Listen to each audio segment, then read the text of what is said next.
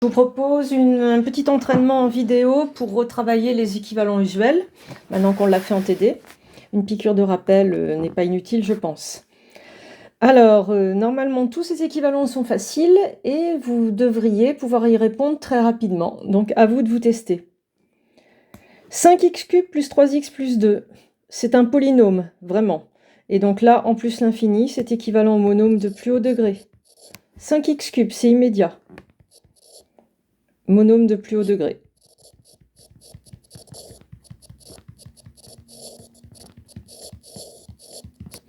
« 5x³ plus 3x en 0, même chose, c'est un polynôme. En 0, il y a une règle, c'est le monôme de plus bas degré, donc 3x.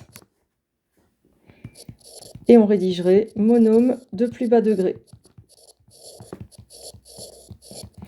5x³ plus 3x, c'est un polynôme. En 1, pas de règle. Mais en 1, ce polynôme, il vaut 5 et 3, 8. Et donc, propriété de la limite finie non nulle, c'est équivalent à 8. Si vous avez mis du temps, eh bien c'est que vous n'avez pas eu le bon réflexe d'évaluer l'ordre de grandeur. Je vous rappelle que les formules, elles sont utiles si au départ, votre formule renvoie du 0 ou de l'infini. Si ça renvoie une valeur finie, alors cette valeur finie sert d'équivalent. x³ plus 2 sinus x. Pas de formule dans le cours, ce n'est pas un polynôme, mais 2 sinus x, c'est une formule qui bouge tout le temps, mais entre moins 1 et 1, elle est bornée. Et donc elle est négligeable, c'est un terme négligeable devant l'infini de x³. C'est bien un terme, je peux le négliger, donc ça c'est équivalent à x³. Car 2 sinus x égale petit o de x³. Puisque borné. Et le petit o est observé au voisinage de l'infini. Voici une façon de le rédiger. 3x au carré plus 7 sur arctan x. Alors, c'est une fraction, on sait qu'on a le droit de faire des quotients, donc on va faire l'équivalent du numérateur, puis du dénominateur, c'est plus facile. 3x au carré plus 7, polynôme. Donc il est équivalent au monôme de plus haut degré. Et arctan x, eh ben, vous devez vous souvenir qu'en plus l'infini, ça tend vers pi sur 2. Donc propriété de la limite finie non nulle, c'est équivalent à pi sur 2, ici. Et donc on va proposer 6x au carré sur pi, car limite de arctan x, quand x tend vers plus l'infini, égale pi sur 2, propriété de limite finie non nulle. On a notre équivalent, et par quotient. Je rédige pas tout, hein, il s'agit d'un entraînement.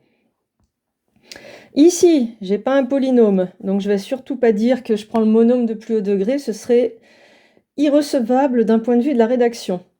Non, là j'ai des termes, et j'observe que ce terme-là est très fort, il tend vers l'infini, mais lui aussi il est fort. Et lui aussi il est fort, ils tendent tous vers l'infini. Mais par croissance comparée, je sais que celui-ci, il est négligeable, ce terme devant celui-là, et racine est négligeable devant celui-là. Et donc, propriété des termes négligeables, ça c'est équivalent à 2 exponentielle 5x. Car ln de x puissance 8 et racine de x sont négligeables. Par croissance comparée.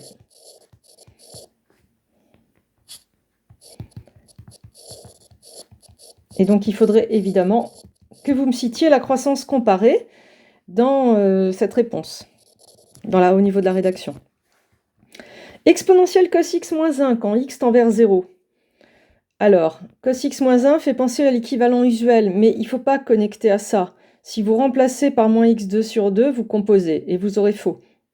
En fait, cos x moins 1 quand x tend vers 0, eh bien ça tend vers 0, et exponentielle 0 vaut 1. Donc votre équivalent, c'est 1. Et ce qui permet de dire ça, c'est la propriété de la limite finie. Propriété de limite finie non nulle. C'est ça que je veux voir. Évidemment, il y avait pas mal de choses. Si vous avez pensé à exponentielle u, rappelez-vous que votre équivalent usuel, c'est exponentielle u moins 1. Donc en fait, ici, les équivalents... comment dire, on vous fait penser aux équivalents usuels, mais c'est un peu piégé. En vérité, il n'y en a pas besoin. Et on ne veut pas que vous les utilisiez. Si vous les utilisez, ce serait faux. Vous feriez une composée. Ici, exponentielle cos x moins 1 moins 1. eh bien ça, c'est équivalent à cos x moins 1, et j'utilise l'équivalent usuel exponentielle u moins 1. Dans cet ordre, puisque j'ai rappelé dans les vidéos de ce qu'il ne faut pas faire, il ne faudrait surtout pas remplacer dans l'exponentielle cos x moins 1 par moins x2 sur 2. Et là, on rédigerait car cos x moins 1 tend vers 0 quand x tend vers 0.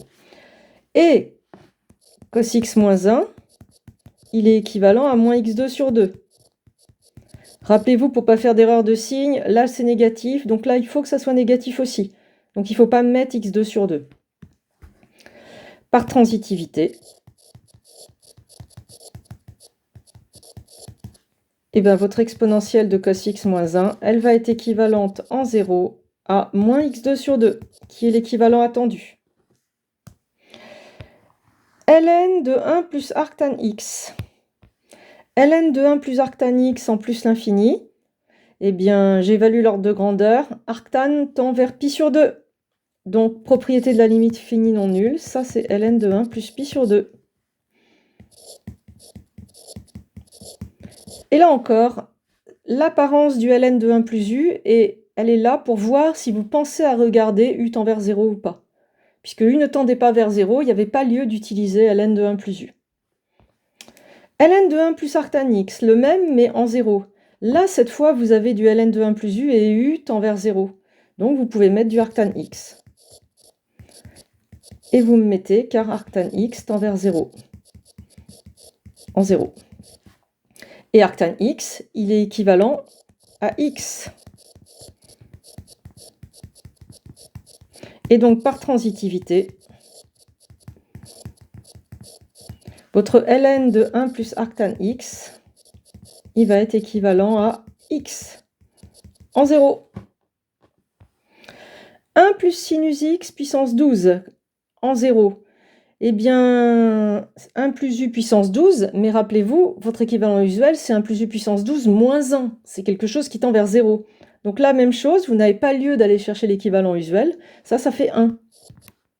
C'est pas du 1 puissance l'infini, c'est du presque 1 puissance 12. Donc ça fait vraiment 1. C'est pas indéterminé. Et donc l'argument, c'est propriété de limite finie non nulle. 1 plus sinus x puissance 12 moins 1. Ah, là, cette fois, j'ai quelque chose qui tend vers 0.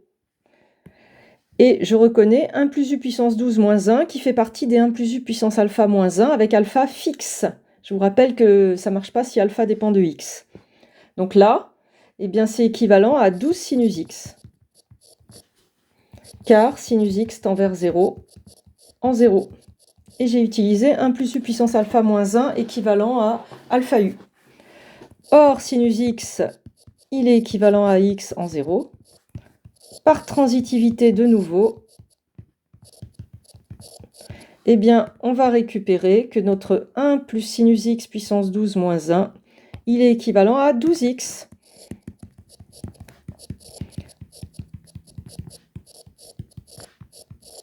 C'est ça que vous devez avoir trouvé, et dans le bon ordre. Ici, je regarde l'ordre de grandeur, j'ai quelque chose qui vaut à peu près 0, donc il faut me produire une formule en équivalent. Et là, il suffit que vous reconnaissiez, en fait, 1 plus 3x exposant moins 1 demi moins 1. Et donc, c'est encore du 1 plus u puissance alpha moins 1. Et donc, c'est équivalent en 0 à alpha u, c'est-à-dire moins 3 demi de x. Car 3x tend vers 0 quand x tend vers 0. Tiens, un polynôme, ça faisait longtemps. Quand x tend vers 1, 1 moins 4 plus 3, mince, ça tend vers 0. Donc en fait, je ne suis pas dans le cas, j'ai pas de monôme de plus haut degré, de plus bas degré, j'ai un polynôme au voisinage de 0. Donc là, l'astuce, elle est habituelle, c'est d'avoir compris que si votre polynôme s'annule en 1, c'est ce qu'il se factorise par x moins 1. L'autre racine, si 1 est racine, je vous rappelle que le produit des racines vaut c sur a, 3, donc l'autre racine c'est 3. Ainsi, la forme factorisée du polynôme est très rapide à trouver. Voilà ce qu'on observe. Et donc, en tant que produit, j'ai x moins 1, lui, qui vaut à peu près 0, qui va rester comme formule affine, il n'y a pas plus simple, au voisinage de 1, comme formule qui tend vers 0. Et x moins 3, lui, au voisinage de 1, eh bien, ça fait du moins 2. Donc, votre x2 moins 4x plus 3, il est équivalent au voisinage de 1 à moins 2x moins 1, et on ne pourra pas faire plus simple qu'une formule affine. On vient de passer d'un polynôme de degré 2 à un équivalent qui est un polynôme de degré 1. Contrat rempli. Et là, j'ai utilisé la propriété de la limite finie non nulle pour le x moins 3. x5 plus 3 exponentielle moins x plus 8 au voisinage de l'infini. Lui, il est fort. Lui, il est faible, car au voisinage de moins l'infini, il tend vers 0. Et lui, 8, il est plus fort que lui, mais bien plus faible par rapport à l'infini de x5. Donc en fait, ça, c'est équivalent à x5. Et il n'y a pas de croissance comparée. Il ne faut pas me donner croissance comparée ici, sinon j'ai l'impression que dès que vous voyez de l'exponentielle et du x, vous dites croissance comparée. Ici, c'est vraiment des ordres de grandeur qui ne sont pas des formes indéterminées.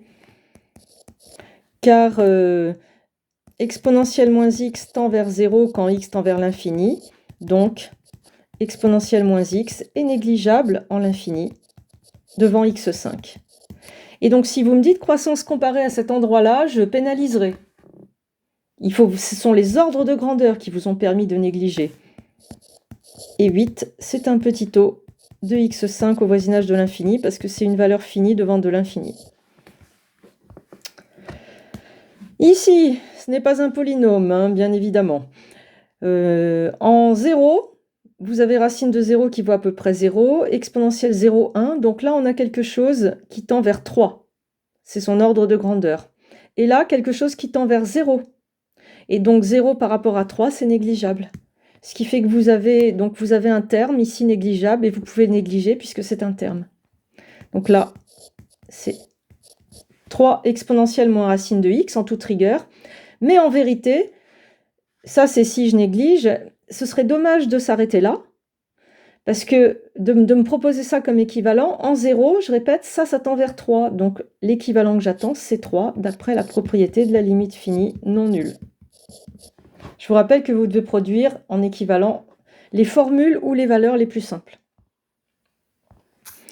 Cos de sinus x moins 1, ça c'est du cos u moins 1, et u a le bon goût de tendre vers 0, donc vous avez le droit de dire que c'est équivalent à moins sinus carré x sur 2. Or, sinus x est équivalent à x, et vous avez le droit de passer aux puissances dans vos équivalents. Donc, par transitivité et puissance, transitivité, je me fais un peu de place, et puissance,